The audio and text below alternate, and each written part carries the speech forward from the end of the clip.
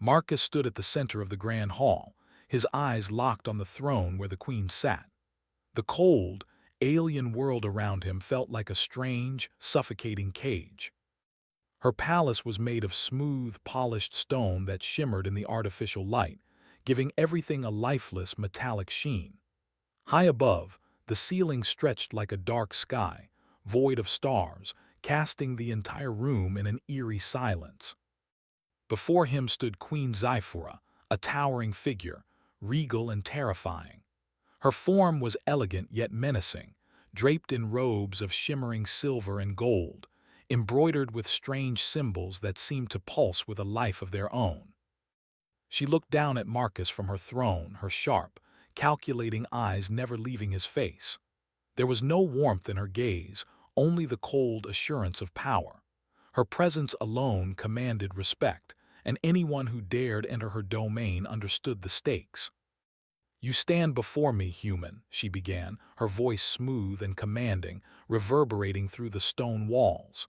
"You have entered my realm without permission, without fear.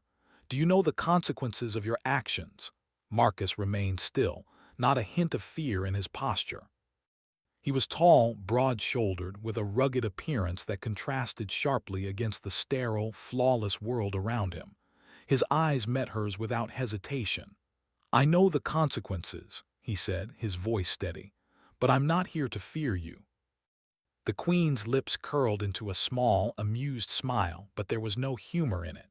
She rose from her throne, her movements fluid and graceful. The guards around the room shifted slightly, but none made a move. It was clear that they, too, were waiting for the queen to make her decision. "You speak with such confidence, but I wonder," she said, her tone sharp, "if you truly understand who you are facing. You have entered my palace, defied my soldiers, and now stand before me unbowed. I could have you torn apart in seconds, but I am intrigued. I will offer you a choice." She stepped forward, her eyes narrowing. "Kneel before me, swear your loyalty, and I will grant you your life. If you refuse, then you will face the consequences. Your life will end here and now, and none will remember you." The silence that followed was thick and suffocating. Marcus took a slow breath, considering her words. Every part of him wanted to reject her offer, but he knew that this was a moment that could change everything. If he showed even a moment of hesitation, if he knelt, it would mark the beginning of his submission, not just to her, but to her entire empire. "You think your throne and your power are enough to break me," Marcus finally spoke, his voice firm. "But I will not kneel to anyone, especially not to you." The queen's face hardened. The room seemed to grow colder, as if her anger had brought an icy chill that gripped everyone in the hall. Her eyes glinted with fury, but she did not react immediately. Instead, she gave a slow nod. "Very well, human," she said, her voice now cold and venomous. "You refuse to kneel, and for that you will face death." Her words echoed in the hall, and the air seemed to shift, as if the world itself was holding its breath. Marcus stood tall, defiant in the face of certain death. He had been in situations like this before, when everything was stacked against him, when the odds seemed impossible, when the whole world seemed to be watching, waiting for him to break. But he had learned one thing over the years: fear was the greatest enemy. "I'm not afraid of death," Marcus said quietly, though his words carried weight. "I've faced it before. It doesn't scare me." The queen's eyes flickered with a mix of irritation and curiosity. Her guards stepped forward, their weapons gleaming in the low light, ready to strike. But Zyphora raised a hand, signaling them to stop. "You are a curious human," she mused, "so confident in your defiance, even in the face of death. But you are not the first to resist me, and you will not be the last. I will show you just how quickly your defiance can be crushed." She turned her back on him for a moment, and Marcus couldn't help but feel a sense of finality in the motion. This would be the end of it. He had known it was coming the moment he stepped into the palace, but it was a fate he had chosen. Zyphora lifted her hand and spoke into the air, a command that resonated through the room. "Bring him." Two guards stepped forward and seized Marcus, dragging him to the center of the room. He did not resist. He didn't need to. His body was tense, prepared for what was to come. They threw him to the ground, and he felt the cold, smooth surface of the floor against his skin. His mind raced, but his expression remained unchanged. There was no fear, no panic, only calm determination. The Queen's voice echoed again. "You will die as an example to all who think they can defy me. You will never be remembered as a hero. You will be forgotten." Marcus looked up at her, meeting her gaze with unwavering resolve. "You can kill me, but you can't break me, and that's what you'll never understand." For a long moment there was silence. Zyphora stood there, her eyes locked on him. She had expected him to beg, to show fear, to kneel. But Marcus didn't do any of those things. He simply stared back, unbroken. She raised her hand once more, and the room seemed to fill with energy, a strange, humming sound vibrating in the air. The guards took a step back, unsure of what was happening. The energy in the room shifted, and a strange, unexplainable force seemed to hang in the air, as if the Queen herself was about to unleash some terrible power. But Marcus did not flinch. He did not even blink. He remained still, staring at the Queen, waiting for her next move. "You have no idea what you're dealing with," the Queen finally said, her voice low and filled with both frustration and respect. "You will be my prisoner, and when I'm finished with you, you will regret ever crossing me." But Marcus only smiled. "I don't regret anything. You're wrong. You're not as powerful as you think." The Queen's eyes narrowed dangerously. "We shall see." With that, the guards tightened their grip on Marcus, and the room seemed to close in around him. The Queen raised her hand, and the air crackled with the promise of death. But still, Marcus stood tall, unwavering, defiant. He had faced worse than this. He had survived things that would have broken anyone else. He was not afraid of her, and he would never kneel. The room was filled with a tense silence, the kind that presses against the chest and makes it hard to breathe. Marcus stood at the center, held by the guards, his body still and unmoving, his eyes locked on Queen Zyphora. The air seemed thick with anticipation, as if the entire palace was waiting for her to make the final move. But Marcus didn't flinch. He had been in tighter situations before, faced enemies far more dangerous than the alien queen who towered over him. Zyphora's eyes never left him, a mix of anger and curiosity swirling in her expression. She had never encountered a human quite like this. Most of them would have begged for mercy, groveling at her feet. But Marcus stood firm, his defiance a challenge to everything she had ever known. "You still stand defiant, even with death so close." Zyphora's voice echoed throughout the hall, the power in it vibrating the air. Her voice, smooth as silk, held a deadly edge now. "You have no idea what I am capable of." Marcus said nothing. His silence only seemed to add to the tension in the room. For a moment, Zyphora just stared at him, watching him closely. The silence stretched out, the only sound the soft hum of the palace's energy systems in the background. Finally, she raised her hand, her fingers curling in a subtle gesture. The guards tightened their grip on Marcus, and in that moment he felt a faint prickling at the back of his neck. He wasn't sure what was coming next, but he knew it wouldn't be good. "You will face the consequences for your defiance," Zyphora said coldly. "But I will give you one chance. I will not kill you immediately, but I will test you. I will see if your resistance is truly as strong as you claim it to be. If you pass my trials, you will live. Fail, and you will die. No second chances." Her words rang out in the stillness of the room, and Marcus could feel the weight of them pressing down on him. He had come here to prove a point, to show that humans would never bow to her or any other alien ruler. But now, with his life hanging in the balance, he had to decide whether he would accept her challenge or face whatever terrible fate she had in store. He looked into the Queen's eyes, his expression unwavering. "I'm not afraid of your trials," he said calmly, his voice steady. "You won't break me." Zyphora's lips curled into a thin, cold smile. "We shall see." With a sharp gesture, the guards pulled him forward. Marcus was led through the cold, gleaming halls of the palace, the sound of his boots echoing on the smooth floor. The palace seemed to stretch endlessly, with long corridors and vast chambers, all filled with alien architecture he could hardly comprehend. It was a world far different from his own, but one thing was clear. They were all built on fear and power, the very things he had sworn to defy. Eventually, they reached a large chamber, one that seemed to stretch endlessly upward, its high ceilings vanishing into shadow. In the center of the room stood a platform, surrounded by a series of strange, glowing devices.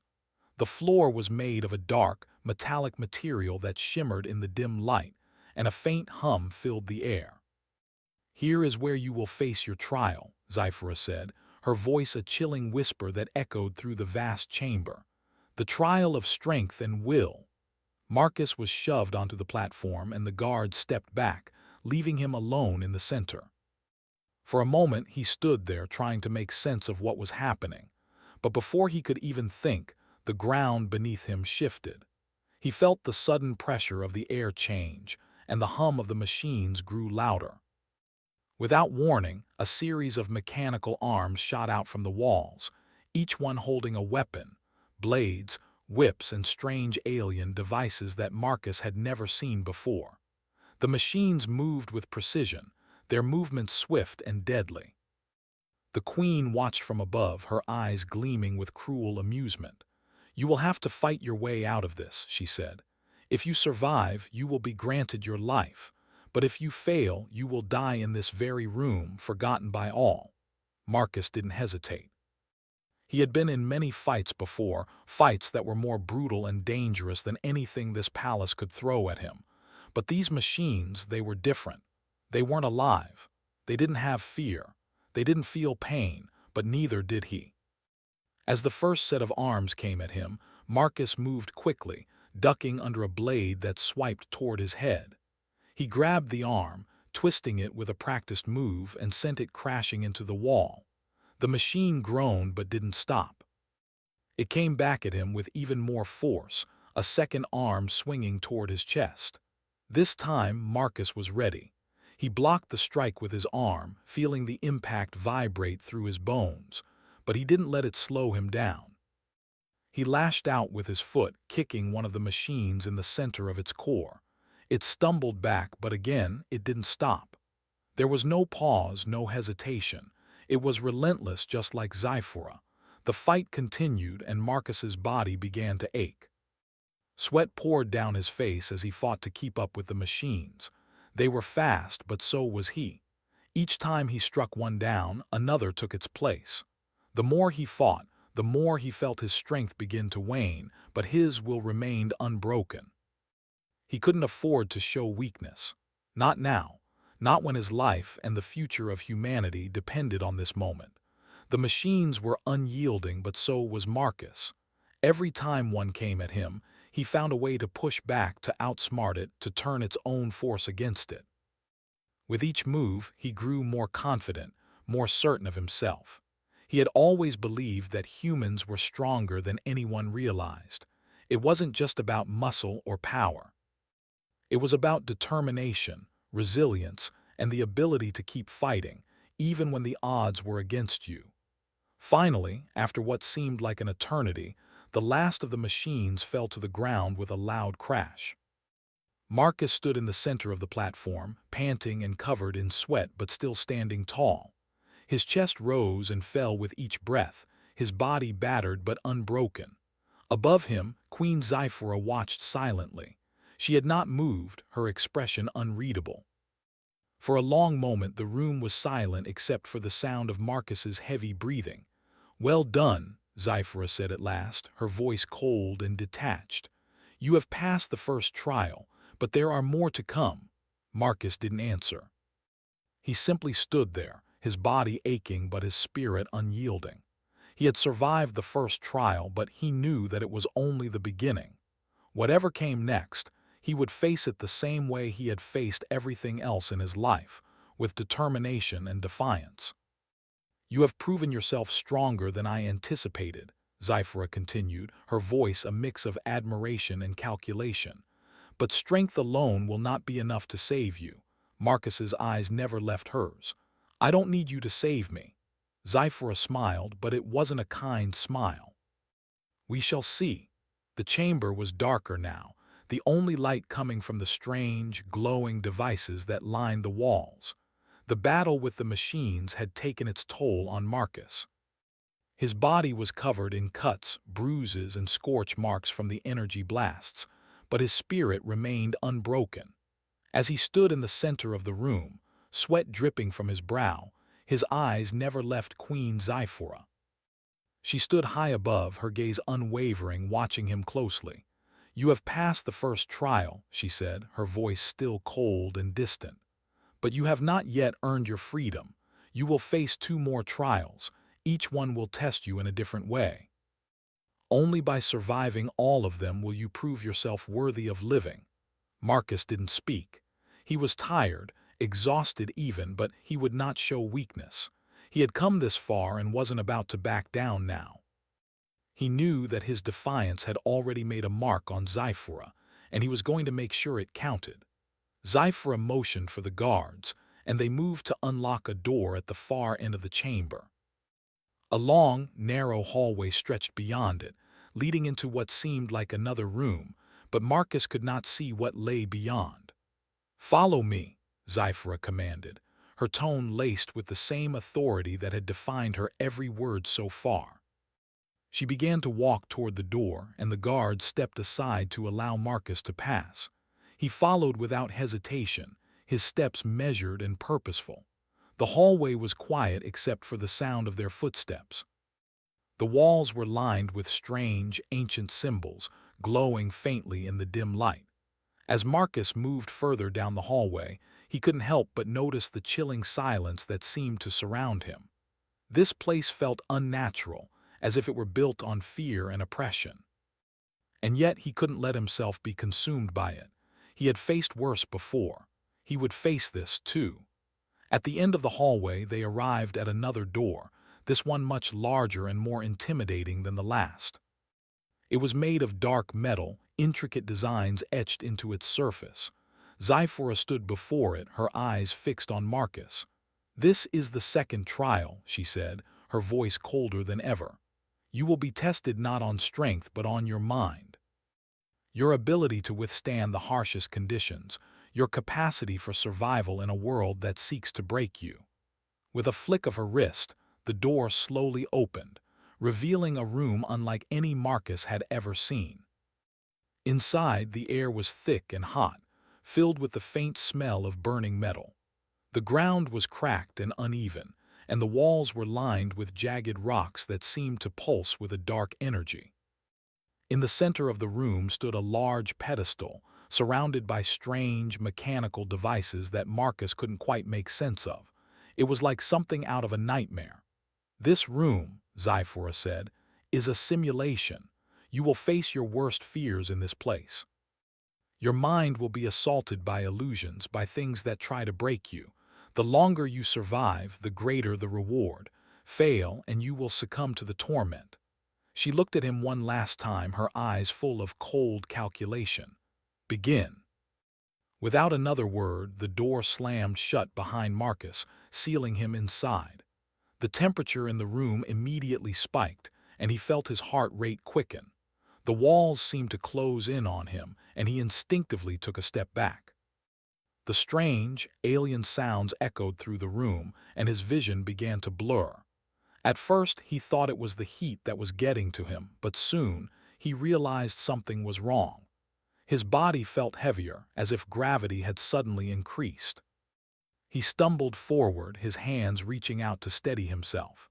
The floor beneath his feet felt like it was shifting, warping. Suddenly, the room around him changed. The jagged rocks on the walls seemed to grow, twisting into monstrous shapes. His breathing grew shallow as the heat intensified. He looked around, trying to make sense of what was happening, but the room kept shifting, moving as if it had a mind of its own. And then, in the corner of his vision, he saw her. A figure appeared out of the shadows, a woman, but not just any woman. It was someone from his past, someone he thought he had lost forever. Her face was pale, her eyes wide with terror. She was reaching out to him, her mouth moving but no words coming out. The expression on her face was one of pure anguish, as if she were pleading with him for help. Marcus's heart skipped a beat. He knew who it was. It was Emily, the woman he had loved and lost in the war on Earth.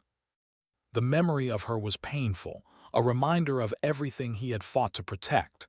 The guilt that had plagued him for years rushed back, and for a moment he couldn't breathe. "Emily," he whispered, his voice shaking, but the figure before him didn't move. Instead, it began to twist and contort, its features warping until it was no longer her at all. It was a dark, grotesque version of her eyes now filled with anger and hatred. The creature in front of him screamed, a guttural, inhuman sound that rattled his very bones. Marcus backed away, his heart racing in his chest. He knew it wasn't real. It couldn't be. But the memory, the image of Emily, was so vivid, so painful, that it almost felt as if it was happening all over again. He had failed her. He had failed to save her. And now, in this simulation, it felt as if he was being forced to relive that failure. But Marcus knew one thing: he would not break. Not now. Not ever. He had faced death, he had faced monsters, and he had never backed down. This was no different. He clenched his fists, took a deep breath, and forced himself to look away from the twisted image of Emily. He couldn't let it distract him. He had to survive. He had to prove that no matter what happened, no matter how much his mind was tortured, he would never give in. With that thought, the room shifted again. This time, the ground beneath him gave way, and he was falling through an endless abyss. His heart pounded in his chest as he plummeted into the darkness. He tried to scream, but his voice was lost in the void. He reached out for something, anything, to grab onto, but there was nothing there. Just the endless fall. But then, just as suddenly as it had begun, the fall stopped. Marcus landed hard on the ground, his body aching from the impact.